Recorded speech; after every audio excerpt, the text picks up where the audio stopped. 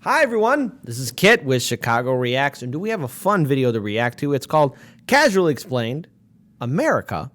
So we're going to check it out, and for all of you watching, be sure to like, comment, share, and subscribe, and help us build this channel up. We do appreciate all the support, and if there's a fun video you want us to react to, well, you just got to type it in the comment section below, and our team will try and react to it as fast as humanly possible. Now, let's enjoy this video, Casually Explained America. Sponsored by ExpressVPN. ExpressVPN. Now, America is known as the land of the free and home of the brave, and while land remains very expensive in most millennials... Okay, see that price tag right there? That hits very close to home. We live in Chicago. Before anyone of you say, well, that's an expensive city, I just, it'd be nice if, things were just a little bit cheaper. I think we all can agree on that. Come on, Internet. Millennials and Gen Z are too anxious to answer phone calls. It's still nevertheless a pretty good slogan. One thing that's rarely considered by Americans, however, is that there are other countries in the world besides America. I don't mean to keep on pausing, but I find it funny how Alaska is being interpreted as a hat. If you're from Alaska, don't worry, you're still awesome. But my question is, where's Hawaii at? Because I don't like how Hawaii's not been included. Video. Where is Hawaii? And in fact, for our audience, where do you think Hawaii would be at, or what would be used as? Because Alaska's a hat. Okay. For example, the other day I saw a nice picture on Reddit where someone was like, "Everyone loved my homegrown tomato salad at our wedding reception," and one comment was like, "You shouldn't be having a wedding reception with dozens of people right now. That is completely irresponsible." And they had a bunch of upvotes.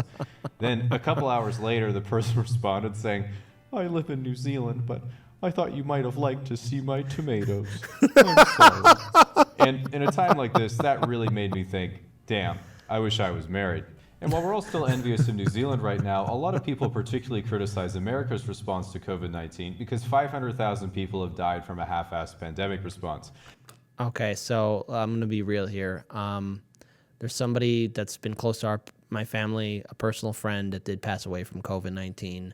To all those that have lost loved ones, I truly send you my condolences.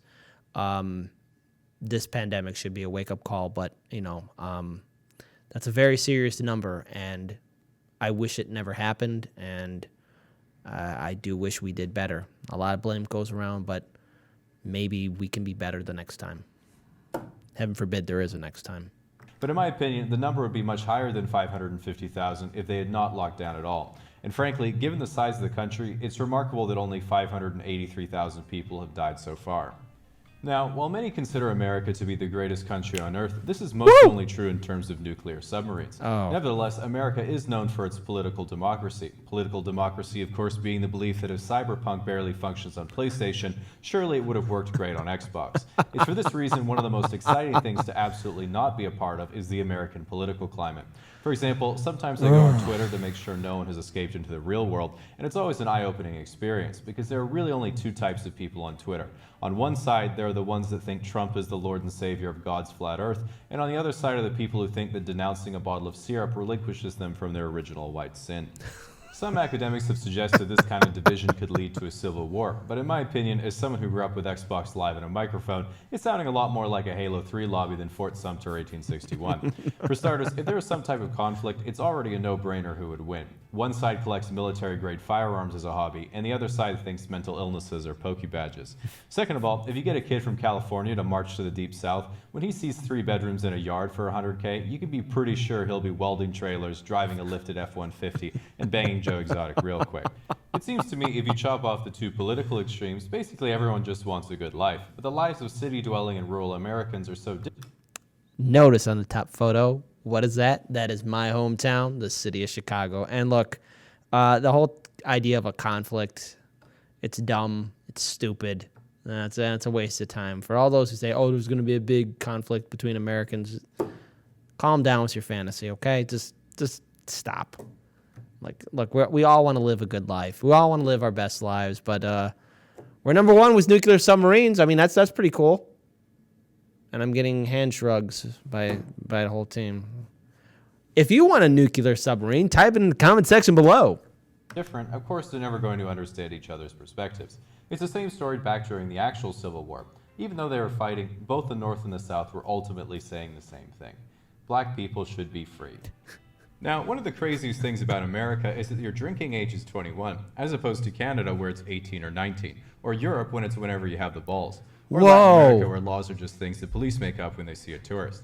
Now, a lot of people think it's ridiculous that you have to be 21 to buy alcohol, but personally, I think it makes a lot of sense.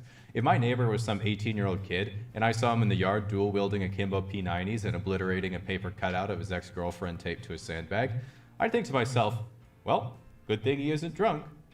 So, as a Canadian, in my opinion, one of the best things about America is that most people are unusually friendly. Like here in Canada, we mind our own business at all times, unless we minorly inconvenience someone, in which case we apologize profusely for ruining their lives.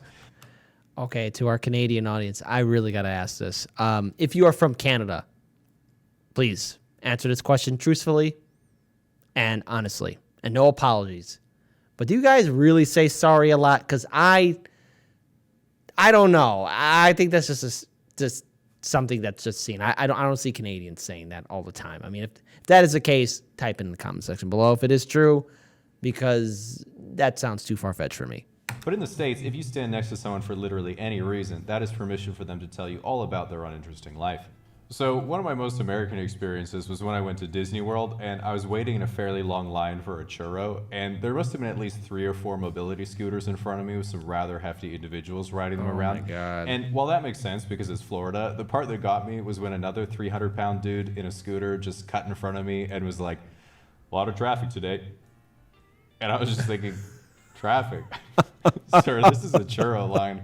And then as I was still processing what was happening, a lady about the same size wheels up behind him with a cone full of churros sticking out of her purse. She lightly rear ends his scooter like a bumper car. What? And he's like, "Oh, hey, honey," as he takes a churro and says to me, "Well, you have a good night," tips his Miami Dolphins hat, and rolls away hand in hand with his wife. That's as American as it can ever be, and it's so sad that we have fallen that far. The only thing missing from that picture is an American flag tied to that mobility scooter and an M16, or dare I say it, the civilian version, the AR-15. To watch the fireworks over the Disney castle and truly live the American dream. So anyway, that's my argument against universal health care. Now, let's say you want to get out of America, but you can't because there's a wall. Instead, you can use ExpressVPN to reroute your connection to nearly any country in the world. For Protect example, yourself. I mostly use ExpressVPN to connect to other countries like the UK or Australia to watch shows I normally couldn't, like South Park or Top Gear. But you can also watch thousands of other TV shows and movies. In addition, if you're working from home, it makes sense that you wouldn't want anyone spying on you while you're doing your job. Yeah. Unless you're into that. And even if you're using incognito mode, you're not completely safe, and your ISP can still legally sell your data. But by using ExpressVPN, your data is encrypted and prevents not only your ISP from gathering information on your browsing habits, thank God, but also as a layer of protection against hackers and anyone trying to access the spreadsheets you never finished, all of which could be done in just one fast and easy click. So if you'd like to find out how you can get 3 months for free, you can go to expressvpn.com/casually explained. Okay. First, funny video, and it hits a little close to home, especially with the mobility scooters, because I've been noticing more and more of them, and it's a problem here in this country. And you know, the only time, see, because I've been overseas before too, and there is a big difference in how other countries are run and how other people live. And again, with the beginning part with the price of homes and apartments, it's a real thing. And I know certain states are far more affordable than others, but where there's attributes in some, there's again there's also their cons. You know, there's always pros and cons wherever you move, and it's something's got to change, but I don't think I'm the person to implement any kind of policy. So that's something. But we're number one in nuclear submarines, so I like that. You know, I mean, I think, and I think we all think, we should all have a nuclear. No.